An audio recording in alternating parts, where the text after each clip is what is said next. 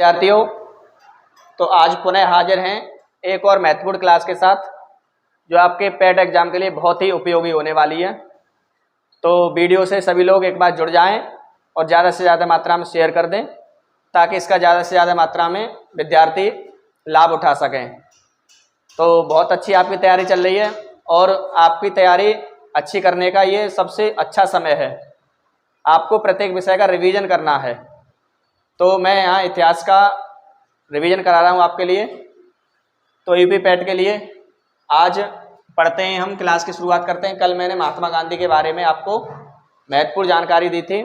आज के सेशन की शुरुआत करते हैं हम महत्वपूर्ण लड़ाइयों के साथ यूपी पैट, क्योंकि यहाँ पर आपका जो राष्ट्रीय आंदोलन है वो 5 नंबर का है।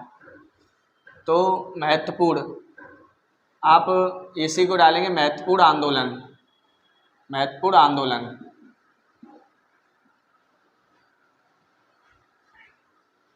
आंदोलन या विद्रोह या घटनाएं, लड़ाइयाँ। ओके, तो सबसे पहले आपके सामने ब्लैक होल की घटना, आपको जो घटना पढ़नी है वो है ब्लैक होल की घटना। ब्लैक होल की घटना।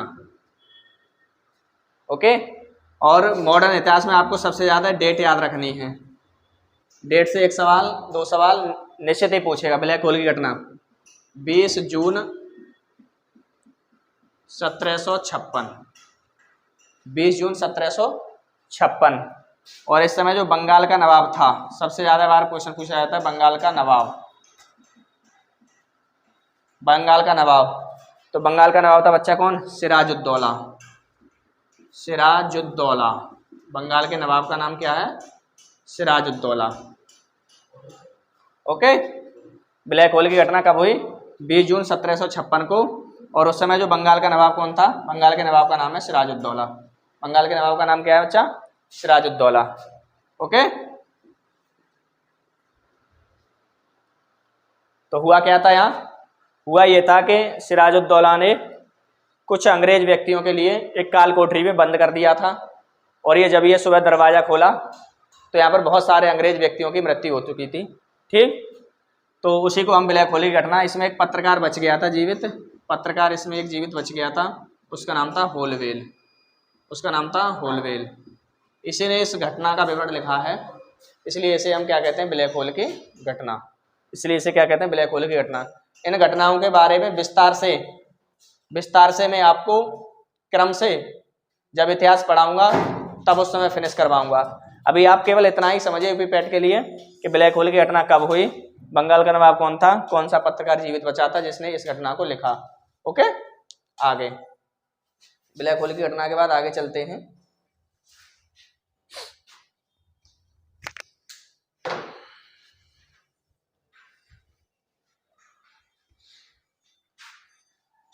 आगे प्लासी का युद्ध, प्लासी का युद्ध, प्लासी का युद्ध ये डालें। इसकी डेट है 23 जून 1757। इसकी डेट है 23 जून 1757। ओके, महत्वपूर्ण डेट है। कारण, अगर आपसे कारण पूछे तो कारण बताएंगे आप ब्लैक होल की घटना, ब्लैक होल की घटना। ब्लैक होल की घटना इसका मुख्य कारण थी। ओके, प्लासी की लड़ाई किस किस के बीच हुई है? किस किस के बीच हुई है? तो ये अंग्रेज और वही बंगाल का नवाब, बंगाल का नवाब कौन? सिराजुद्दौला, सिराजुद्दौला, सिराजुद्दौला। और अंग्रेजों की तरफ से कौन था? Lord Clive. अंग्रेजों की तरफ से लॉर्ड क्लाइव, क्लाइव, क्लाइव। अंग्रेजों का जो सेनापति था उसका नाम अगर आपसे पूछे तो क्लाइव। और बंगाल की तरफ से कौन था? बंगाल का जो नवाब था उसका नवाब का नाम आपसे अगर पूछे तो आप क्या बताएंगे? आप बताएंगे सिराजुद्दौला, आप बताएंगे सिराजुद्दौला। अगर प्लासी के युद्ध का आपसे कारण पूछता है तो कारण बताएंगे आप ब्लैक होल की घटना। सिराजुद्दौला की भी तो हो जाएगी मृत्यु, सिराजुद्दौला की क्या हो जाएगी? मृत्यु। सिराजुद्दौला की मृत्यु के बाद कौन बनेगा? मीर जाफर, मीर जाफर, बंगाल का नवाब। सिराजुद्दौला की मृत्यु के बाद कौन बनेगा? मीर जाफर। और मीर जाफर भी हट जाएगा तो उसके बाद कौन बनेगा? मीर कासिम। मीर कासिम, मीर जाफर भी हट जाएगा तो कौन बनेगा फिर? मीर कासिम। ओके, इतना हमने समझ लिया। यहाँ ये क्रम हमको बहुत अच्छे से समझना है, बहुत अच्छे से। सिराजुद्दौला, सिराजुद्दौला की मृत्यु के बाद कौन बना बंगाल का नवाब? तो मीर जाफर, मीर जाफर। और मीर जाफर को जब अंग्रेज हटा देंगे तो कौन बनेगा? मीर कासिम। तो कौन बनेगा? मीर कासिम। ओके, यहाँ मीर मीर दोनों में ही है, कॉमन रखिए। जे से शुरू होता है, के से शुरू होता है। तो जे पहले आएगा तो जाफर आया था पहले, याद रखेंगे। सिराजुद्दौला की मृत्यु के बाद जे पहले आया था तो जाफर बना था के बाद में, तो ये जाफर के बाद कासिम बना है। ओके, मीर जाफर ने क्या किया था? क्लाइव का साथ दिया था। मीर जाफर ने इस लड़ाई में क्या किया था? क्लाइव का साथ दिया था। तो जाफर को क्या कहते हैं हम? क्लाइव का गीदड़, क्लाइव का गीदड़। क्लाइव का गीदड़ किसे कहा जाता है? मीर जाफर के लिए कहा जाता है, क्योंकि इसने किसका साथ दिया है? क्लाइव का साथ दिया है। ओके, क्लाइव का गीदड़ मीर जाफर। मीर कासिम ने क्या किया? मीर कासिम ने 1760 में राजधानी बदल दी। राजधानी कहाँ से कहाँ की? तो मुर्शिदाबाद, मुर्शिदाबाद। मुर्शिदाबाद से कहाँ बनाई? मुंगेर। मुंगेर, मुंगेर कहाँ पड़ता है? बिहार में। और मुर्शिदाबाद कहाँ पड़ता था उस समय? बंगाल में, बंगाल में। ये कई बार क्वेश्चन पूछा जाता है कि किसने राजधानी 1760 में मुर्शिदाबाद से मुंगेर बनाई? मुर्शिदाबाद से मुंगेर बनाई, तो आपको क्या लगाना है आंसर? आपको लगाना है मीर कासिम। मीर कासिम ने जो राजधानी है वो मुर्शिदाबाद से मुंगेर बनाई। कब बनाई? 1760 में। ओके, इतनी बात भी आपको याद रखनी है, इतनी बात भी आपको याद रखनी है बहुत अच्छे से। ओके, आगे प्लासी का युद्ध। प्लासी का युद्ध राजनीतिक, राजनीतिक या कूटनीतिक, कूटनीतिक, राजनीतिक या कूटनीतिक युद्ध था। ओके, अंग्रेजों द्वारा भारत में लड़ा गया पहला राजनीतिक युद्ध। अंग्रेजों द्वारा भारत में लड़ा गया पहला राजनीतिक या कूटनीतिक युद्ध अगर आपसे पूछे तो आप लगाएंगे प्लासी का युद्ध। अंग्रेजों ने भारत में जो पहला राजनीति का युद्ध लड़ा, कूटनीति का जो युद्ध लड़ा, उसका नाम है प्लासी का युद्ध। ओके, इसमें केवल क्या किया है? सत्ता का परिवर्तन किया है। इसमें केवल क्या किया है? सत्ता का परिवर्तन किया है, सत्ता का परिवर्तन किया है केवल। ओके, तो ये प्लासी की लड़ाई से आपसे इतनी बातें पूछी जाएंगी, आपको पेपर में लगा देना है। ओके, आगे चलते हैं दूसरे लड़ाई, दूसरी घटना की ओर। तो आज की क्लास बहुत महत्वपूर्ण है और आज की क्लास आपको 2 से 3 नंबर दे के जाएगी, 2 से 3 नंबर। तो वीडियो में आप अंत तक बने रहें, बस देखते जाएं। बक्सर का युद्ध, हैंड डालेंगे आप, बक्सर का युद्ध, बक्सर का युद्ध, बक्सर का युद्ध। बक्सर के युद्ध की डेट है 22 अक्टूबर 1764। बक्सर के युद्ध की जो डेट है वो है 22 अक्टूबर 1764। यहाँ भी हमको जानना है किस किस के बीच हुआ है? अंग्रेज और भारत की तरफ से कौन कौन थे? भारत की तरफ से कौन कौन थे? तो एक था अवध का नवाब, अवध का नवाब, अवध का नवाब, इसका नाम था शुजा-उद-दौला, शुजा-उद-दौला, ये था। ओके, इधर अंग्रेजों की तरफ से बताइए क्लाइव का सेनापति। अब क्लाइव गवर्नर बन गया था तो क्लाइव का सेनापति, क्लाइव का सेनापति बताएं।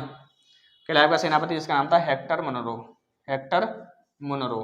क्लाइव का जो सेनापति था इसने अंग्रेजी सेना का नेतृत्व किया जिसका नाम क्या है? Hector Munro. ओके, अवध का नवाब शुजा-उद-दौला। यहाँ और भी थे भारत की तरफ से, मुगल बादशाह, मुगल बादशाह बताएं। मुगल बादशाह शाह आलम द्वितीय, मुगल बादशाह शाह आलम द्वितीय, मुगल बादशाह था शाह आलम द्वितीय, दिखाई दे रहा? मुगल बादशाह का नाम क्या था? शाह आलम द्वितीय। और एक और था बंगाल का नवाब, एक और बंगाल का नवाब जिसे अंग्रेजों ने भगा दिया था, जिसका नाम था मीर कासिम, मीर कासिम, जिसका नाम क्या था? मीर कासिम। क्या ये दिखाई दे रहा है आपके लिए?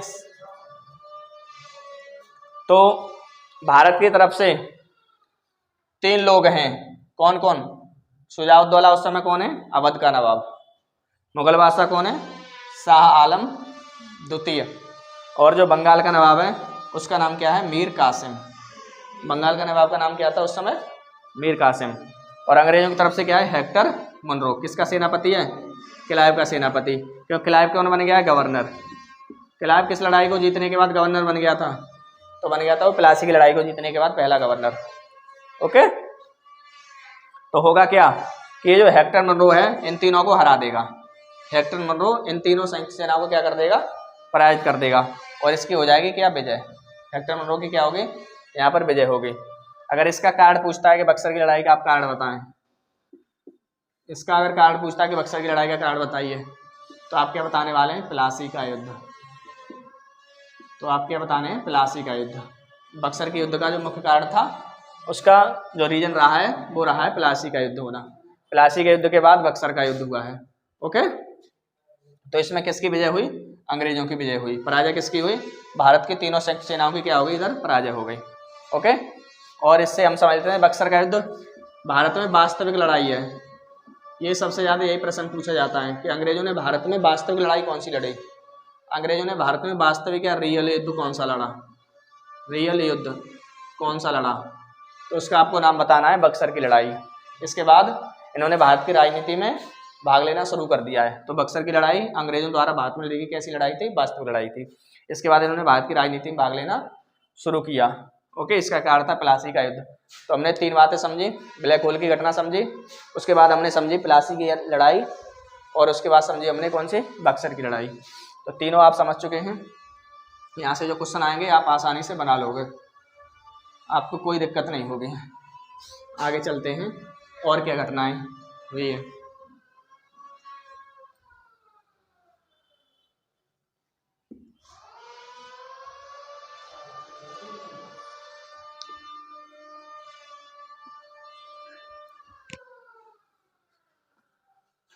हाँ, यहीं पे अंग्रेजों की भू राजस्व व्यवस्था समझ लेते हैं। अंग्रेजों की भू राजस्व व्यवस्था, अंग्रेजों की भू राजस्व व्यवस्था।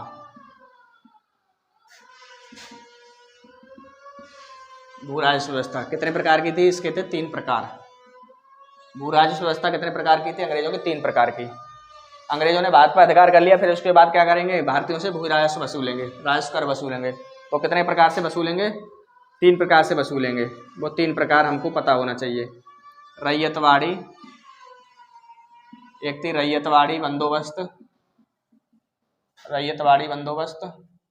एक थी स्थायी बंदोबस्त, स्थायी बंदोबस्त। और एक थी आपकी महालवाड़ी बंदोबस्त, महालवाड़ी बंदोबस्त, महालवाड़ी बंदोबस्त।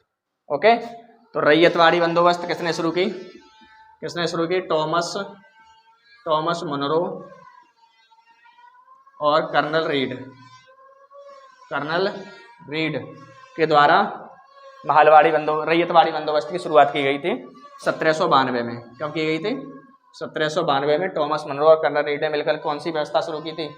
रैयतवाड़ी स्थायी बंदोबस्त।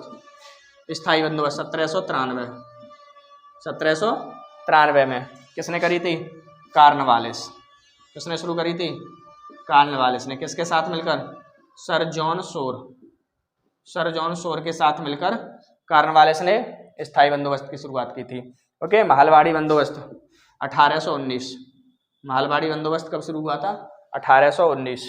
ये किसके द्वारा शुरू किया गया था? Holt Mackenzie. ये किसके द्वारा शुरू किया गया था? हॉल्ट मैकेंजी के द्वारा शुरू किया गया था। ओके, इस बात को भी आप नोट डाउन करें।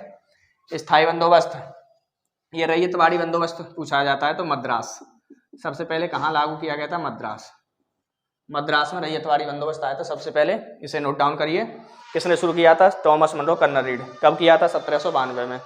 स्थायी बंदोबस्त 1793 में। किसने? कॉर्नवालिस ने। किसके साथ मिलकर? तो सर जॉन शोर के साथ मिलकर किया था। ठीक।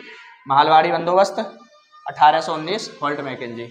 महल का होता है गांव, महल का ये बात समझा देता हूँ, गांव, पूरे गांव से एक साथ टैक्स वसूलना महलवाड़ी बंदोबस्त कहलाएगा। रैयत का अर्थ होता है प्रजा। रैयत होता है प्रजा, सीधे प्रजा से कर वसूलना क्या कहलाएगा? रैयतवाड़ी बंदोबस्त।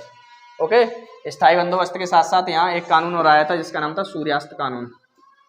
सूर्यास्त कानून, सूर्यास्त कानून ये कौन लेके आया था? ये भी कार्नवालिस लेके आया था कि निर्धारित थी कि सूर्यास्त से पहले आपको हर हाल में अंग्रेजों को टैक्स पहुंचाना पड़ता था, राजस्व पहुंचाना पड़ता था। इसीलिए इस कानून को क्या कहा गया था?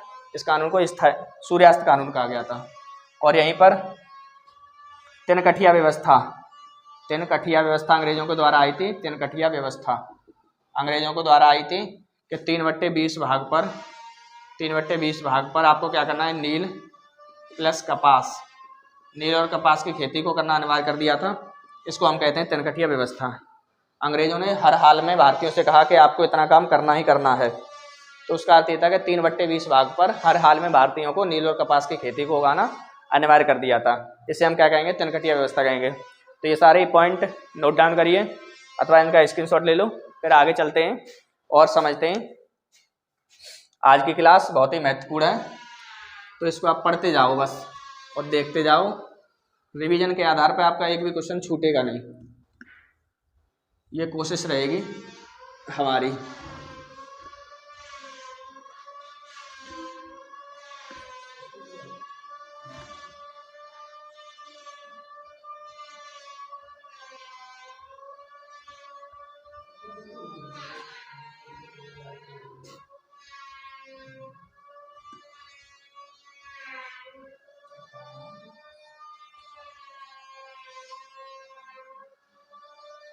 हम्म 1857 का पूरा विद्रोह मैंने आपको खत्म करवा ही दिया है, तो 1857 पे विद्रोह पे आज जाने वाले नहीं है।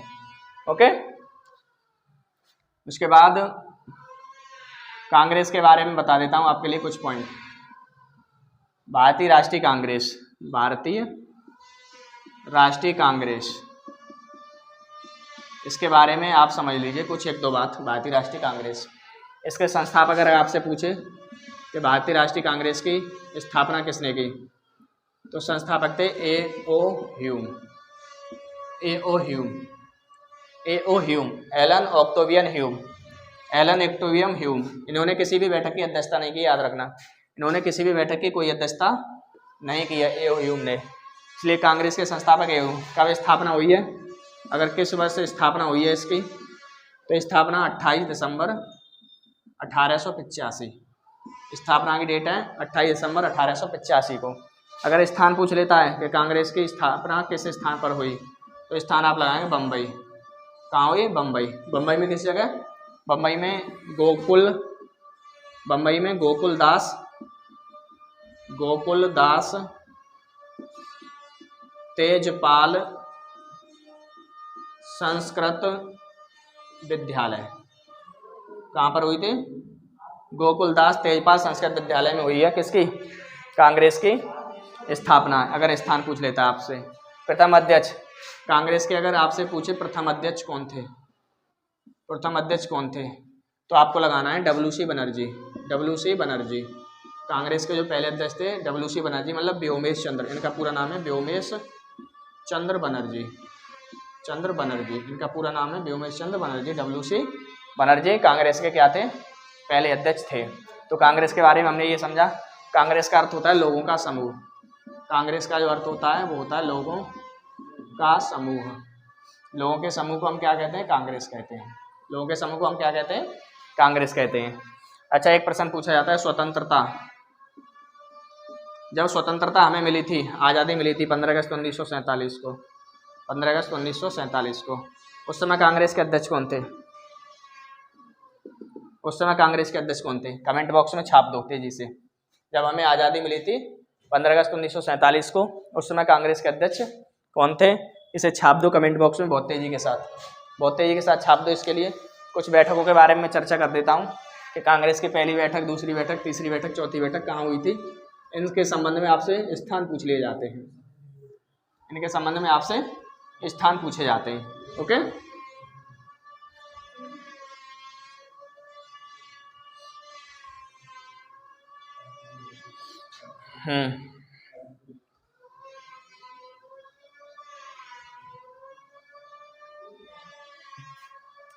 तो कांग्रेस के बारे में ये ट्रिक आपको पता होना चाहिए ब क मई। 4 बैठकों की ट्रिक आपके सामने ये है। बकमई, ब से बम्बई, पहली बैठक बम्बई, दूसरी कलकत्ता, कलकत्ता, तीसरी मद्रास, चौथी इलाहाबाद। इलाहाबाद का हालांकि नाम बदल गया है, लेकिन आप पता लगा लोगे कि इलाहाबाद प्रयागराज। तो पहली बैठक बम्बई, दूसरी बैठक कलकत्ता, तीसरी बैठक मद्रास और चौथी बैठक इलाहाबाद। तो कांग्रेस की पहली बैठक बम्बई में हुई है, कलकत्ता दूसरी, मद्रास तीसरी, इलाहाबाद कौन सी? चौथी बैठक। ओके, आगे समझेंगे कुछ और बैठकें हम। एक और ट्रिक लिख देता हूं, इसी से मिलती जुलती ट्रिक है वो, इसी से।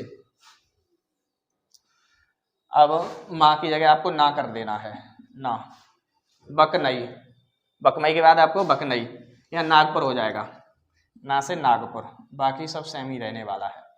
तो ये 5वीं बैठक बम्बई में, फिर 6वीं कलकत्ता में, 7वीं नागपुर और 8वीं इलाहाबाद। 8वीं बैठक कहाँ हुई थी? इलाहाबाद में हुई थी।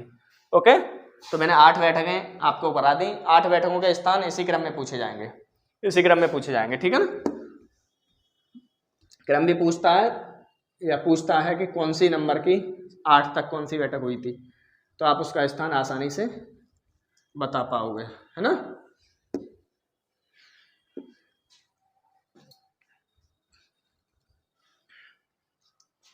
आगे कांग्रेस के चरण, कांग्रेस के चरण, कुछ चरण समझ लेते हैं कांग्रेस के। कौन से क्या चरण थे? तो इसमें पहला था उदारवादी और दूसरा था उग्रवादी या क्रांतिकारी, और तीसरा था गांधीवादी, गांधीवादी। तो गांधी जी के बारे में आपको चर्चा कर चुका हूं, गांधी जी के बारे में आपको चर्चा कर चुका हूं। आप महत्वपूर्ण पढ़ेंगे हम उग्रवादी या क्रांतिकारी चरण। ओके, उदारवादी में आपको कुछ नहीं पढ़ना है। जब से स्थापना हुई थी इसकी 1885 से 1905 तक, उस समय तक कांग्रेस के ऊपर उदारवादियों का वर्चस्व कायम रहा था। उदारवादी नेता ये चाहते थे कि कांग्रेस के माध्यम से हम अंग्रेजों तक अपनी मांग पहुंचाएंगे और अंग्रेज हमारी मांगों को ऐसे ही स्वीकार कर लेंगे। तो उन्होंने अपनी मांग पत्रों के माध्यम से पहुंचाई, लेकिन अंग्रेजों के ऊपर कोई प्रभाव नहीं पड़ा। तो उसके बाद ये उग्रवादी या क्रांतिकारी चरण की उत्पत्ति हुई। उग्रवादी क्रांतिकारी चरण 1905 से लेकर, और या महात्मा गांधी 1917 तक चलता रहा, जब तक महात्मा गांधी के आंदोलन नहीं हुए तब तक, ठीक। ओके, तो उग्रवादी या क्रांतिकारी चरण पे ही हम चलते हैं। यहाँ क्या क्या घटनाएं हुई थी। तो सबसे पहले 1905, डेट महत्वपूर्ण। 1905 क्या हुआ था? 1905 में बंगाल विभाजन, बंगाल विभाजन। बंगाल विभाजन कब हुआ? 1905 में। बंगाल विभाजन की डेट अगर आपसे पूछी जाए तो बताएंगे 1905। उस समय वायसराय कौन था? बहुत तेजी से मुझे बताएं, वायसराय कौन था उस समय? वायसराय था उस समय लॉर्ड कर्जन। उस समय जो वायसराय था इसका नाम था लॉर्ड कर्जन। जिस समय बंगाल का विभाजन हुआ था उस समय वायसराय था अपना कौन? Lord Curzon. ओके, बंगाल को 2 भागों में बांट दिया गया था। कौन से बंगाल बन गए? एक पूर्वी बंगाल बन गया, एक पश्चिमी बंगाल बन गया। एक पूर्वी बंगाल, एक पश्चिमी बंगाल। ओके, और पूर्वी बंगाल आज बांग्लादेश बना हुआ है। पूर्वी बंगाल आज बांग्लादेश बना हुआ है। बांग्लादेश की उत्पत्ति 1971 में हुई थी। बांग्लादेश की उत्पत्ति 1971 में हुई थी। तो बंगाल विभाजन कब हुआ? 1905। सबसे ज़्यादा मोस्ट ये पूछा जाएगा वायसराय कौन था? Lord Curzon. ओके, आगे चलते हैं दूसरी घटना पे।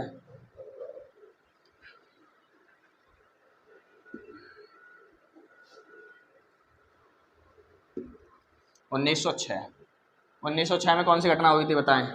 1906 में मुस्लिम लीग। 1906 में क्या बना? मुस्लिम लीग। मुस्लिम लीग 1906 मुस्लिम लीग। किसने इसकी स्थापना की? संस्थापक बताएं मुझे बहुत तेजी से। मुस्लिम लीग के संस्थापक, मुस्लिम लीग के संस्थापक सलीमुल्लाह और आगा खां। सलीमुल्लाह और आगा खां कौन थे? ये मुस्लिम लीग के संस्थापक थे। ओके, और स्थान ये ढाका, स्थान ये ढाका, स्थान ढाका। मुस्लिम लीग के पहले अध्यक्ष आगा खां थे। मुस्लिम लीग के पहले अध्यक्ष, प्रथम अध्यक्ष कौन थे? आगा खां थे। ओके, मुस्लिम लीग के जो पहले अध्यक्ष थे उनका नाम था आगा खां। 1906 मुस्लिम लीग, संस्थापक सलीमुल्ला आगा खां, स्थान ढाका और पहले अध्यक्ष कौन के इसके? आगा खां। ठीक, तो मुस्लिम लीग हमने समझी। आगे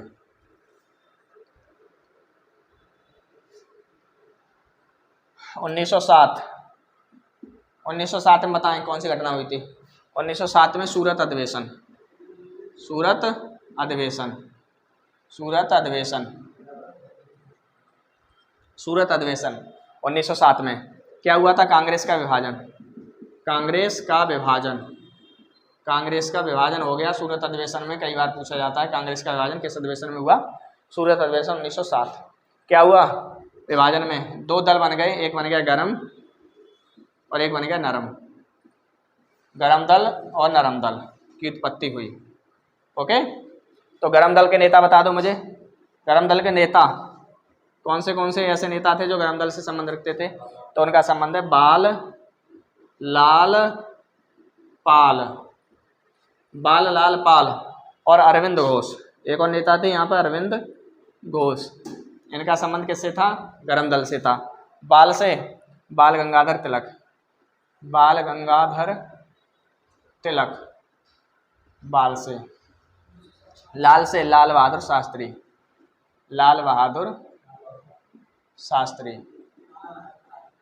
ओ सॉरी लाल से लाला लाजपत राय थे। लाला लाजपत राय, लाल बहादुर शास्त्री कहाँ से आ गए यहाँ?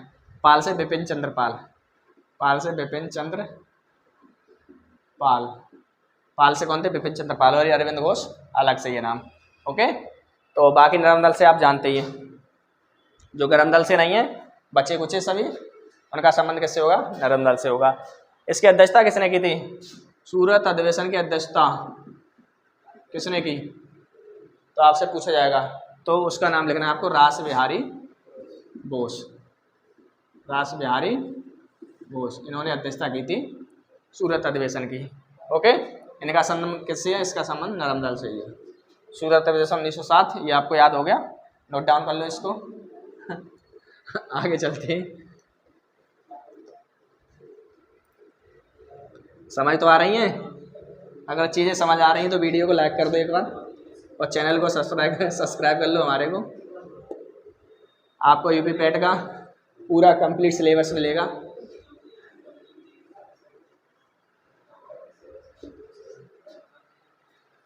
उन्नीस सौ नौ मार्ले मिंटो सुधार अधिनियम, सुधार अधिनियम कब आया? 1909 में। मार्ले मिंटो सुधार अधिनियम कब आया? 1909 में। मार्ले इस समय सचिव थे, मिंटो थे वायसराय, वायसराय। मार्ले कौन थे? सचिव थे और मिंटो थे वायसराय उस समय। ओके, काम क्या किया था? इसके कार्य सबसे ज़्यादा पूछे जाते हैं। मार्ले मिंटो सुधार अधिनियम किस लिए आया था? तो यहाँ पर हम लगाएंगे मुस्लिमों के लिए, मुस्लिमों के लिए क्या किया था? पृथक निर्वाचन, निर्वाचन की व्यवस्था। मुस्लिमों के लिए जो पृथक अलग से निर्वाचन की व्यवस्था की गई है वो कब की गई है? 1909 में। आपसे ये महत्वपूर्ण इंपॉर्टेंट है, यहाँ पे इंपॉर्टेंट लिख लें कार्य में। मुस्लिमों के लिए पहली बार जो पृथक निर्वाचन की व्यवस्था की गई थी वो कब की गई थी? 1909 में। 1909 में किस अधिनियम के द्वारा की गई थी? तो उस अधिनियम का नाम है मार्ले मिंटो सुधार अधिनियम। ओके, हाँ, तो फूट डालो राज करो की नीति का पोषक अधिनियम है ये। फूट डालो राज करो नीति का पोषक अधिनियम, फूट डालो राज करो नीति का पोषक अधिनियम। ओके, अंग्रेजों ने फूट डालो राज करो की नीति का शुरुआत कहाँ से कर दिया? 1909 से कर दिया। ओके, तो आगे बढ़े। बिल्कुल आनंद आ रहा है आज तो आपको, बहुत तेजी से क्लास चल रही है ना? और बहुत सारी चीज़ें आपको सीखने को मिल रही हैं।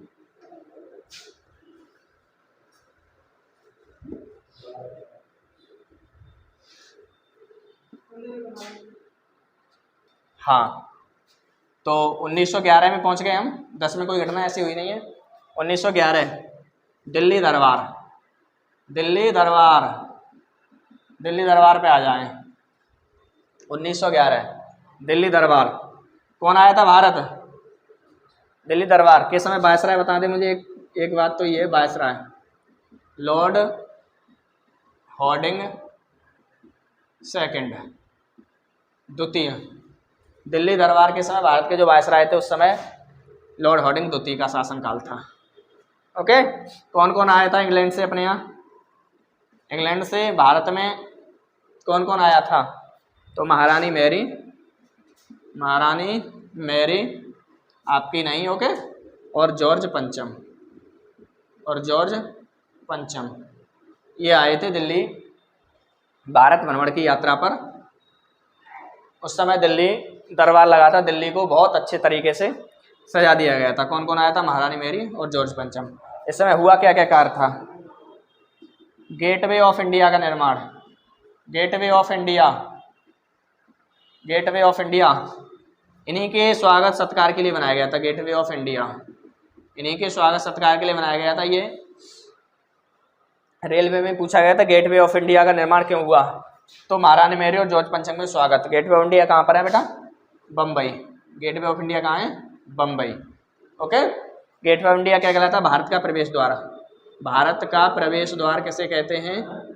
Gateway of India. भारत का प्रवेश द्वार किसे कहते हैं? Gateway of India. एक काम तो ये हुआ। दूसरा कार्य हम समझते हैं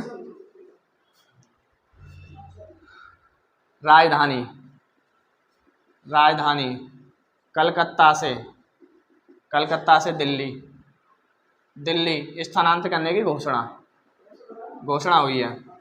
राजधानी कलकत्ता से कहाँ बनेगी? अब दिल्ली बनेगी। स्थानांतरित करने की घोषणा हुई है। लेकिन 1 अप्रैल 1912 को भारत की राजधानी कहाँ बनी है? नई दिल्ली बनी है। 1 अप्रैल 1912 को भारत की राजधानी नई दिल्ली कब बनी? तो 1 अप्रैल 1912 को। घोषणा कब हुई है? तो 1911 में।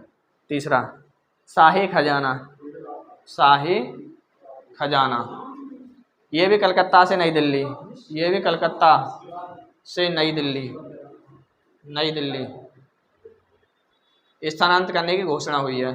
लेकिन ये आया कब है? ये भी 1912 में आया है। ये भी शाही खजाना कलकत्ता से नई दिल्ली कब आया? 1912 में। लेकिन घोषणा कब हुई है इसकी? 1911 में घोषणा हुई है। आया 1912 में है। ओके, शाही खजाना मतलब जो कोष होता है, कोष निधि होती है, जैसे संचित निधि होती है, आकस्मिकता निधि होती है, उसकी बात हो रही है यहाँ पे। ओके, और क्या काम हुए थे?